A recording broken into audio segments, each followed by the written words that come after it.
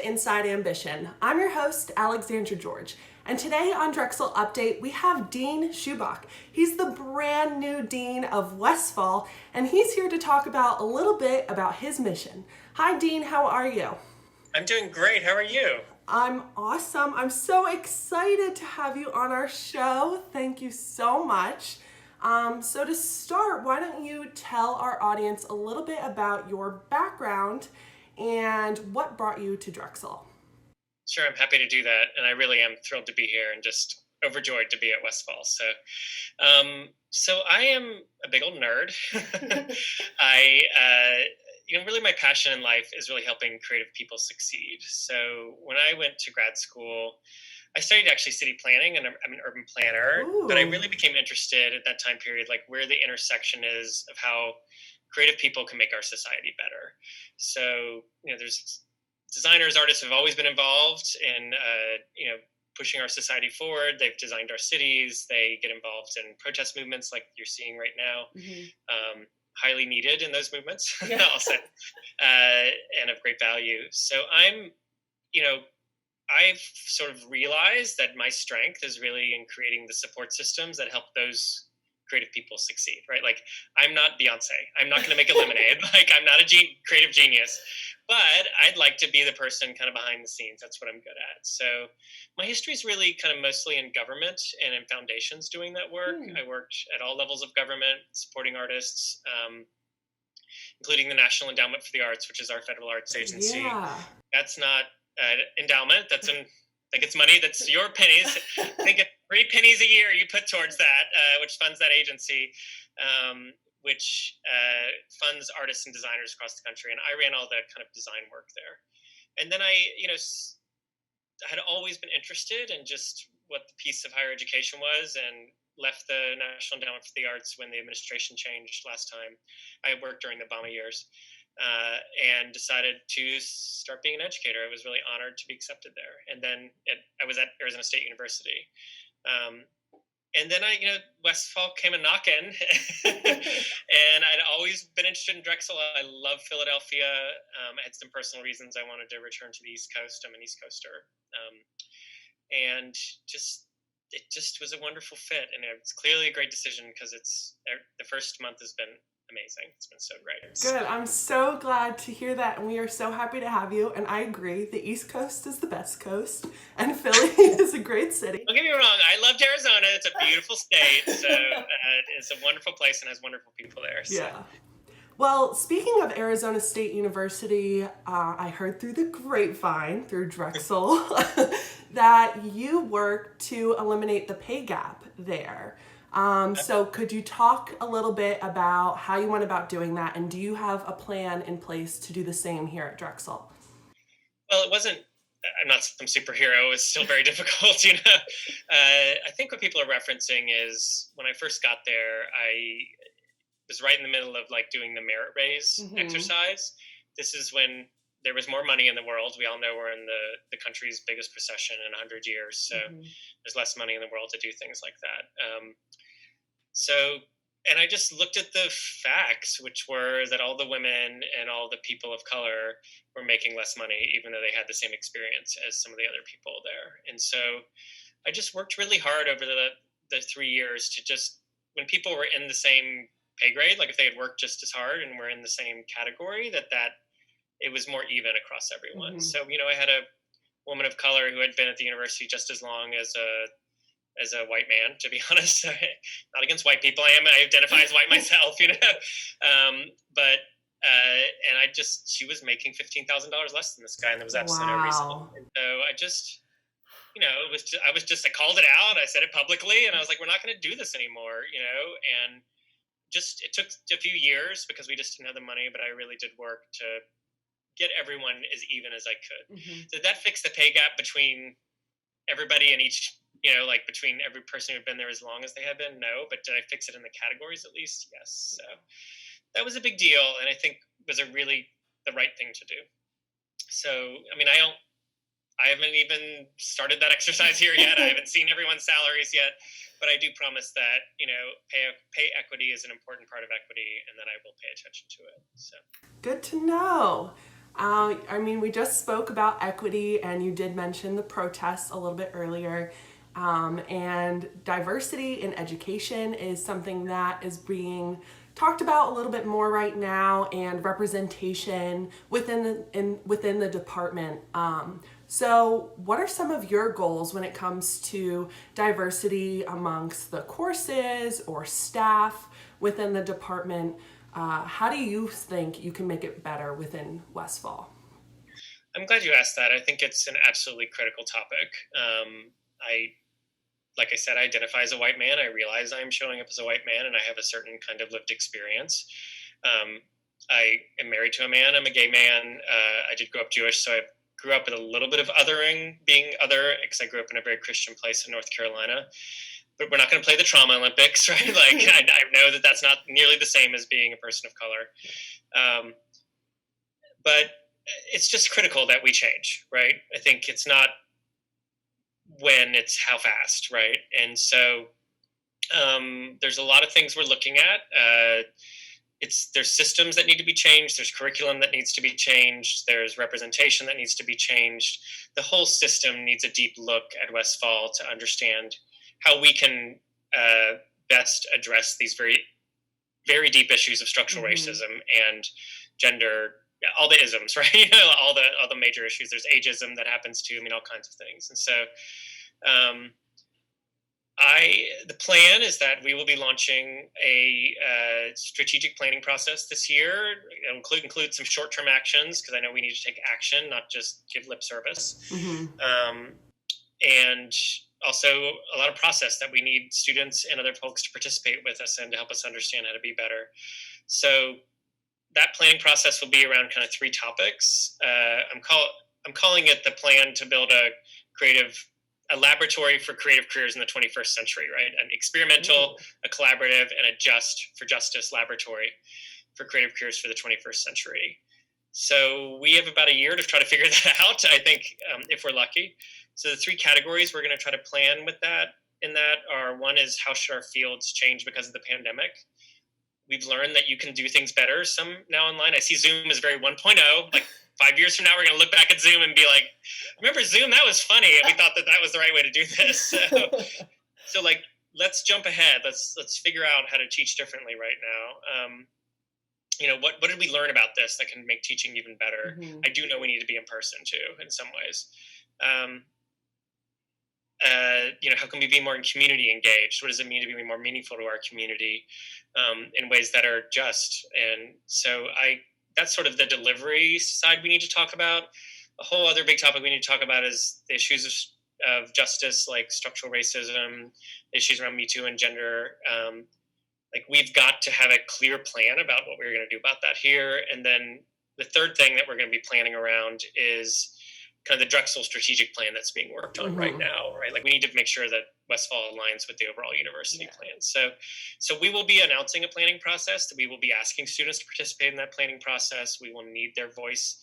We will create safe spaces that will not re-traumatize people, to make sure that as we talk about some of these issues, that people feel comfortable and that we can do it in the best way possible.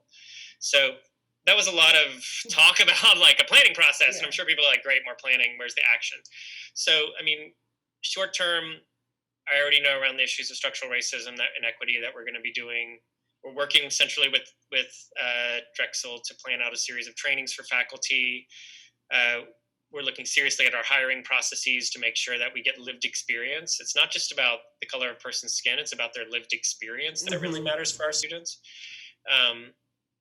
We're going to be looking at our promotion and tenure processes, and we're going to look at a lot of that stuff and make sure that it is not holding us back in that way. And so I promised to everyone that's one of your viewers, I'm taking this seriously. I will take it seriously. It's a personal passion of mine.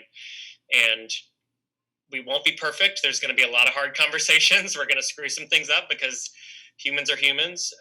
But we're going to try really, really hard to get this right. And I really want us to lead. I'm so sick of just reacting to these crises. I mean, aren't you exhausted with just reacting? It's so boring. So it's like, the news yesterday sucked. And I just was like, I can't keep just feeling sad. And wanted to crawl under my sheets, I got to step up and have a plan and figure out a way out of this. Yeah. So we're going to do. We're not just going to sit. Yeah. So. Proactive as opposed to being reactive. Those are the words I like to I can't react anymore. I have no more molecules left that know how to react. I've got to do something. So. Yeah. Well, you mentioned virtual learning and Zoom, and it's all very new to us as a society, but also Drexel as a whole. And before you were named dean, there was a group of students from Westphal that came forward to make Westphal for COVID accommodations. It was a Facebook group, and it's well known on campus that Westphal students are impacted very differently working with the arts than the other colleges, even though we all face challenges as college students. So what are your plans specifically in regard to virtual education within Westphal and how to make that as great as it can be for the students that signed up for something else? Yeah, I think it's the big challenge we're all facing right now as heads of arts and design schools. We have to learn with this and also these in our field, right? And so I think there's varying degrees of how necessary in person is. And so we know if you work in a field that has very expensive technology, media, music production, fashion. I mean, a lot of our fields, it's like I can't send this to do in your house. You know what I mean? Like, it's not going to happen. It's $1 million camera kind of thing. We know we've got to get those spaces reopened as soon as possible, right? The provost has asked about it. We are trying to figure that out. We think we have plans that will work and keep everyone safe. It's interesting at ASU when we thought we would be just devastated in the design field by being online. We were kind of okay, right? Like in some of them, like I think it was tougher in product design, but like in architecture and interiors, because everything's done anyways, online, it was kind of okay. And for some of our students at ASU who had to drive, it was a very commuter school, and you got to remember Arizona's big. Some of our students drove 2 hours a day to get to school. Wow. They were thrilled, man. They were like, I can learn from home. This is great. I mean, I think we're all sick of being in our bedrooms, but so to me, it's about what have we learned about what worked from this, and how can we mobilize that to make life better for the students, but what is really necessary to get the students back together around. I do think the thing we're missing is that human saw someone in the hallway, exchanged an idea, those conversations that were so necessary. I mean, everyone's missing that. So, our plans are to open as soon as we can, right? We'll put a priority on the students that we know must have access sooner rather than later, or their education will be delayed. Like, we can only kick the can down so far down the road with some of those fields. We want to provide access to all students. That's the plan. I think we all have to face the facts that no one knows what's going to happen. There could be the public health issue could change again at any moment. Every day changes in America right now. So we just, I will never put a student in an unsafe situation, period, or a faculty member. It's not going to happen. And so we will always err on the side of caution, but we will also absolutely do everything we can to make sure that you get everything you need to be prepared to be out in the field. So it's going to be a balance. That's the easiest thing I can say. Now, if we have a huge spike in cases in January, I don't know. I mean, but what the good news is that Philadelphia has just kind of stayed like this, right? Like, we've really stayed low. I lived through a huge spike in Arizona. It was horrible. Like, at one point, I lived in the most infected zip code in the world. Oh my gosh. It was okay. But, the important thing is wear a mask, clean your hands, follow that guidance. The masks work. You got to wear a mask. You have to. Yeah, friendly PSA. It's the thing that works, right? So, and I have to say, Philadelphians are really very good about wearing masks. So, long story short, is we are doing our best to get you guys back here. And I want it as much as everybody else does. So we hit on all of the big newsworthy topics right now, but there's also, I'm sure you have your own personal mission as an educator and just in life when it's a little bit more regular and there's not as much going on in the world. So is there anything else that you want students watching to know about you or what you want for the future of Westphal? let's find joy, right? I mean, I know it's hard right now. I know it. I mean, I was super sad last night, just given what's happened recently in the last week.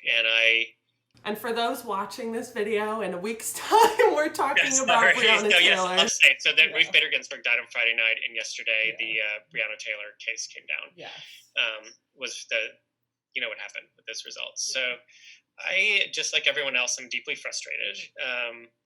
But I just have to remember that creativity and the arts bring us joy and help us express ourselves. And one of the ways we're going to find a way out of this as a society is to lean into our creativity and to express ourselves, and to also remember to treat ourselves well and to be happy. So do those things that bring you joy and make you well every week so you can show up and do well in school. For me, I always talk about what are my 3 wellness things I need to do every day, every week, and they're practices, right? Sometimes you don't do that well. It's a practice. So I'm a little bit of a fitness nerd. So I like to do yoga once a week, lift weights a few times a week. But then my third thing is I need to be on the couch watching some Netflix a few nights a week. I love Craft Country right now, and I'm embarrassingly watching all of the Supernaturals. I'm catching up on those. Way too many of those. It's the broiest show, but I like it. It's like a broy Buffy. I'm a huge fan of Buffy vampires. It's a good way to put it. So it's, those are the things that I do. I am more well and can show up every week if I do those things for myself. So I just urge people to try to be well, to try to find some joy amongst all this hardship. And just remember there will be an after, and we will find our way out of it together. And, my goal as an educator is to make sure you are ready to build the future that we deserve. I'm not interested in training you to go out into the world from the before. The before is gone, right? There's a new world coming, and I want you all to invent it. So that's my job as an educator, is to get you guys prepared to build that world. So I'm excited about that, because I know it's going to be a better world. Oh, yeah. We can only go up from here. Well, thank you so much, Dean Schupbach, for being on our show. Much appreciated. And I'm sure a lot of Westphal students are excited to have you and excited to see what you do in the future of their college. Yeah. Feel free to contact me at any time. Any students are welcome to get in touch with me, or just swing by my office if I'm around. Once we're all back in place, but it's very hard for me to be here and not to just be with everyone. I love humans. So I'm really excited to get to know you all. Awesome. Well, thank you so much. And thanks so much for watching, everyone. Make sure to like, comment, and subscribe to our channel. And to see more videos, you can find us on Instagram at inside_ambition. Thanks so much for watching. Stay safe, and we'll see you soon.